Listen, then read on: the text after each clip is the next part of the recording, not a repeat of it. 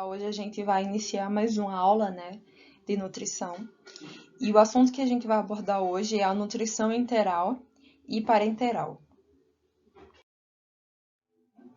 E aí a gente vai iniciar pela nutrição enteral, que nada mais é do que a administração de alimentos liquidificados ou nutrientes através de soluções já prontas nutritivas que são quimicamente definidas por uma infusão que ela vai ser realizada ou no estômago ou no intestino delgado através de uma sonda.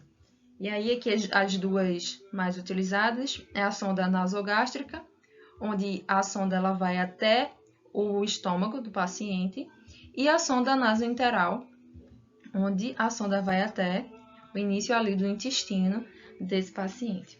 Até aqui, tudo tranquilo, né?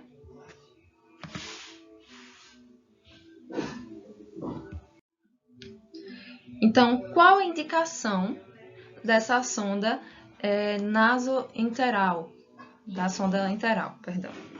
Ela está indicada aí para pacientes que tenham necessidades nutricionais normais ou aumentadas. Ele tem aí uma necessidade maior de nutrientes, cuja a ingestão desse paciente por via oral está impedida ou ineficaz. Ele não consegue mastigar e engolir, certo? Mas aí ele tem o restante do trato digestivo anatomicamente aproveitável, ou seja, o sistema digestório ali, o estômago, o intestino dele, está funcionando normalmente. Porém, a parte ali em relação à boca, mastigação e deglutição está prejudicada. Então, ela é indicada para esses tipos de paciente. Lembrando aí que a ingestão dele por via oral está impedida ou ineficaz, porém o trato digestivo desse paciente está funcionando normalmente.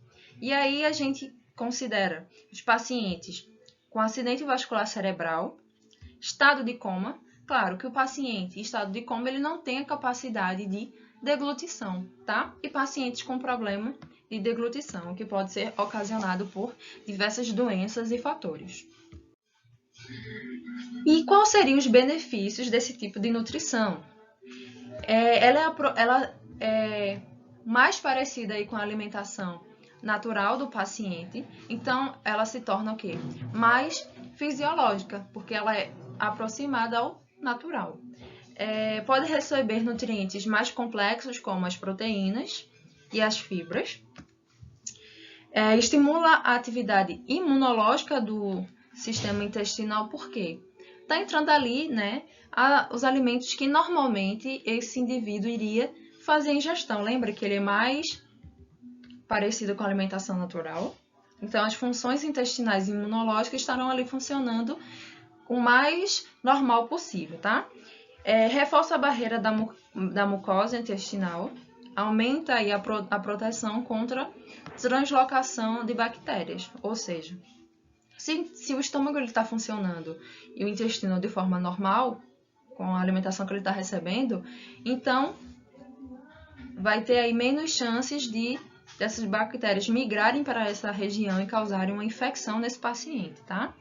Ele tem menor índice de complicações, isso é positivo, e é uma metodologia mais simples e tem menor custo, que leva-se muito em conta.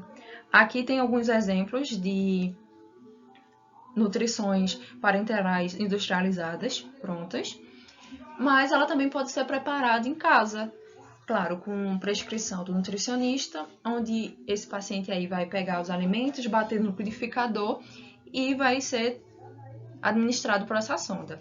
Porém, também tem as versões industrializadas, vai de acordo com a necessidade do paciente. E aí, a sonda na localização gástrica, ela tem o quê? Maior tolerância a fórmulas, então ela recebe um número maior de variedades de alimentos que possam ser liquidificados e também de fórmulas prontas. Tem boa aceitação de fórmulas mais consistentes, então ele aceita aí alimentos mais, vamos dizer, mais pastoso, mais grosso. Tem uma progressão mais rápida para alcançar o valor calórico ideal. Pode ser introduzido grandes volumes de dieta. A sonda também ela é de fácil posicionamento, mas aí também tem seus pontos negativos, tá? Tem alto risco de aspiração em pacientes com dificuldades neuromotoras. Pode ocorrer uma saída acidental na sonda devido à tosse, náusea ou vômito desse paciente. E algumas complicações que são a erosão da mucosa nasal. Lembra, né, que a sonda ela vai pelo nariz desse paciente, então pode lesionar, tá? Irritação da nasofaringe. Lembre que para a sonda chegar até o estômago, ele vai passar por toda a região nasofaringe até o estômago. Esse paciente ele pode ter uma esofagite. Pode acontecer uma obstrução da sonda, que isso pode ser evitado, né, através dos cuidados de enfermagem que a gente vai ver mais para frente. Pode acontecer aí um deslocamento dessa sonda, ela pode migrar para pulmão, por exemplo. Aí logo em seguida vem aqui a aspiração pulmonar, tá? E as complicações gastrointestinais, que estão marcadas aqui de amarelo, está referente ao quê? Os desconforto, distensão e cólica abdominal. Ela pode provocar também náuseas, soluços, vômito e diarreia nesse paciente. Então, é importante que o nutricionista esteja aí sempre revisando quais são os nutrientes que estão indo nessa sonda para minimizar essas situações de desconforto, de diarreia e etc. Mas são complicações comuns, tá? E aí a gente segue para os cuidados de enfermagem, que são extremamente importantes. Antes de qualquer coisa, antes de administrar qualquer coisa, independente se é alimentação ou não, então verificar sempre o rótulo, se é o paciente certo, qual a composição da solução desse paciente e em quanto tempo essa alimentação ela tem que ser administrada. Ela vai correr em 1 hora, ela vai correr em 50 minutos, ela vai correr em 24 horas. Então, tem que estar atento à prescrição, ok? Orientar o paciente, lavar as mãos antes e depois da administração da dieta. Independente, minha gente, se você vai estar utilizando luva ou não, tem que estar sempre atento à higienização adequada das mãos. É algo batido que vocês sempre vão ouvir aí durante o curso e durante a profissão de vocês, mas é algo fundamental. Sempre testar se a sonda está na localização correta. Elevar o decúbito do paciente ao administrar essa dieta. E essa dieta ela tem que ser administrada aí ou em temperatura morna ou em temperatura ambiente. E após o término da administração dessas dietas, deve sempre lavar a sonda. Lembra que a gente falou que uma das complicações é a obstrução dessa sonda? Ela pode ser evitada aqui, ó. Que após a dieta, a gente tem que limpar essa sonda. Então, a gente lava aqui no mínimo 20 ml de água filtrada. Manter a inserção da sonda limpa, seca, trocando sempre as coberturas diariamente, coisa que a gente sabe que não acontece, né? E cada vez que estiver suja ou molhada, limpar a pele ao redor da sonda com água e sabão. E aí a gente inicia agora a nutrição parenteral. Ela visa também, né, fornecer, só que por via parenteral, todos os elementos necessários à demanda nutricional do paciente. Tanto a enteral quanto a parenteral, elas têm uma única meta aí, fornecer a demanda nutricional necessária para esse paciente, tá? E aí, esse paciente ele pode estar com a necessidade normal ou aumentada, tá? Cuja via digestiva não pode ser utilizada ou ela está funcionando de forma ineficaz. Ou seja, o sistema gastrointestinal desse paciente ou não está funcionando ou está funcionando de forma inadequada. Não está funcionando de forma suficiente para esse paciente. A nutrição parenteral ela pode ser de forma total, isto é, né, quando o paciente ele é nutrido exclusivamente por essa via, que é a parenteral, ou de forma complementar, quando está associado à utilização conjunta, tá, da via digestiva. E aí, né, e quais seriam essas vias de administração parenteral? Bom, ela pode ser periférica, ou ela pode ser, como fala aqui, total, a gente está falando de central. A periférica, ela é destinada aí para a administração de água, eletrólitos, proteína, enfim, substâncias calóricas que podem ser administradas na via periférica desse paciente. O que acontece? Essa alimentação de dieta parenteral, ela já vem preparada, tá? Entenda que os nutrientes aqui, eles precisam estar previamente quebrados em partículas menores. É a mesma coisa de a gente tomar um soro, tá? O soro venoso, que vai por via venosa. Ele precisa estar ali, ele tem tudo. Ele tem água, ele tem eletrólitos, tem sais, minerais, enfim, mas ele está ali em partículas menores que pode ser absorvido pelo nosso corpo mais facilmente. Imagina uma situação que acho que vocês devem ter visto, de uma técnica de enfermagem que administrou café com leite na veia do paciente. Bom, essa via aqui é uma via de dieta de alimentação, sim, porém tem que ser uma dieta, uma alimentação específica que possa ser injetada diretamente na veia desse paciente. Então, a gente tem que ter muita atenção a isso, tá, minha gente? Isso aqui é sério. A gente pode matar o paciente por um erro que poderia ser evitado. Então, fiquem sempre atentos, tá? Porque a via parenteral é diferente da enteral. A enteral, aquele paciente, o sistema gástrico dele está normal. Então, o estômago dele está funcionando, o intestino está funcionando. Então, ele pode ingerir partículas maiores de nutrientes e o próprio organismo vai quebrar e ele mesmo absorver. Aqui, essa via, a parenteral, o organismo já tem que receber esses nutrientes de forma já quebrado para o corpo apenas absorver, tá bom? Espero que tenha ficado claro. E aí a gente falou da periférica. A periférica vai ser funcionada aqui nas veias periféricas, membros, tá? Essas veias precisam ser calibrosas. E é uma veia temporária, tá? Então, assim, ela não pode permanecer por muito tempo. Já a nutrição parenteral total, ela está aí com através do sistema nervoso central. Então, vai ser feito numa veia central desse paciente. Ele vai estar com acesso central, ok?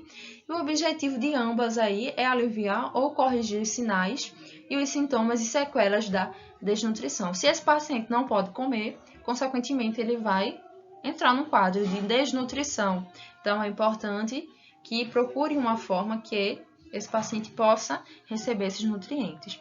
E uma das formas é os acessos periféricos, tá? Parenteral aí, ou o central. E qual é a indicação dessa alimentação por via parenteral? Obstruções mecânicas ou fisiológicas do tubo digestivo. Se esse tubo digestivo está obstruído, a alimentação vai passar? Não vai, né? Então, estenose do estômago, estenose pilórica, obstrução intestinal ou semi-obstrução intestinal. Tem alguma coisa aí que está atrapalhando a passagem, né, para o intestino. Intervenções cirúrgicas na boca, onde esse paciente não vai poder deglutir por algum tempo, tá? Ou faringe, ou esôfago, ou lesões no estômago, ou lesões no sistema nervoso central, tá bom? Que pode mexer aí no estado de consciência desse paciente. Debilidade acentuada, quando o paciente não deve comer. Formas graves de doenças inflamatórias intestinais, tá? E neoplasias. E quais as complicações desse paciente ele pode ter? Ele pode ter uma hiperglicemia, um aumento da glicose, tá? Então a dieta tem que ser Pronto, um exemplo da medicação injetável. Se eu engolir a medicação, ela vai demorar um tempo maior para fazer efeito. Porém, se eu aplico diretamente por via venosa, a absorção vai ser muito mais rápido. Então, é o que acontece aqui.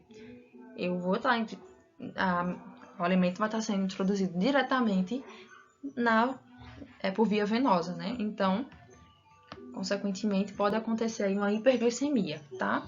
Pode ter uma hipoglicemia também reacional.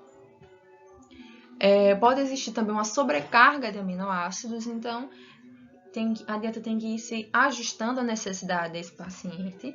Esse paciente pode ter uma acidose metabólica, um aumento de vitaminas aí e uma bacteremia. Mas essa bacteremia é o quê? Uma infecção bacteriana, que ela pode acontecer por conta de má administração dessa dieta, pela realização inadequada dos curativos, que a gente vai estar vendo também nos cuidados de enfermagem.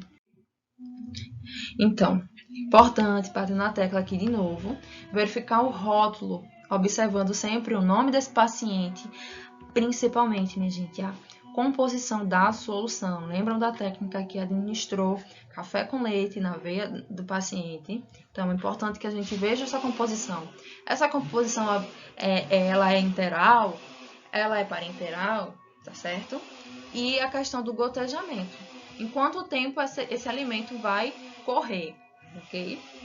Importantíssimo, minha gente, para evitar infecção. Cuidados higiênicos, certo?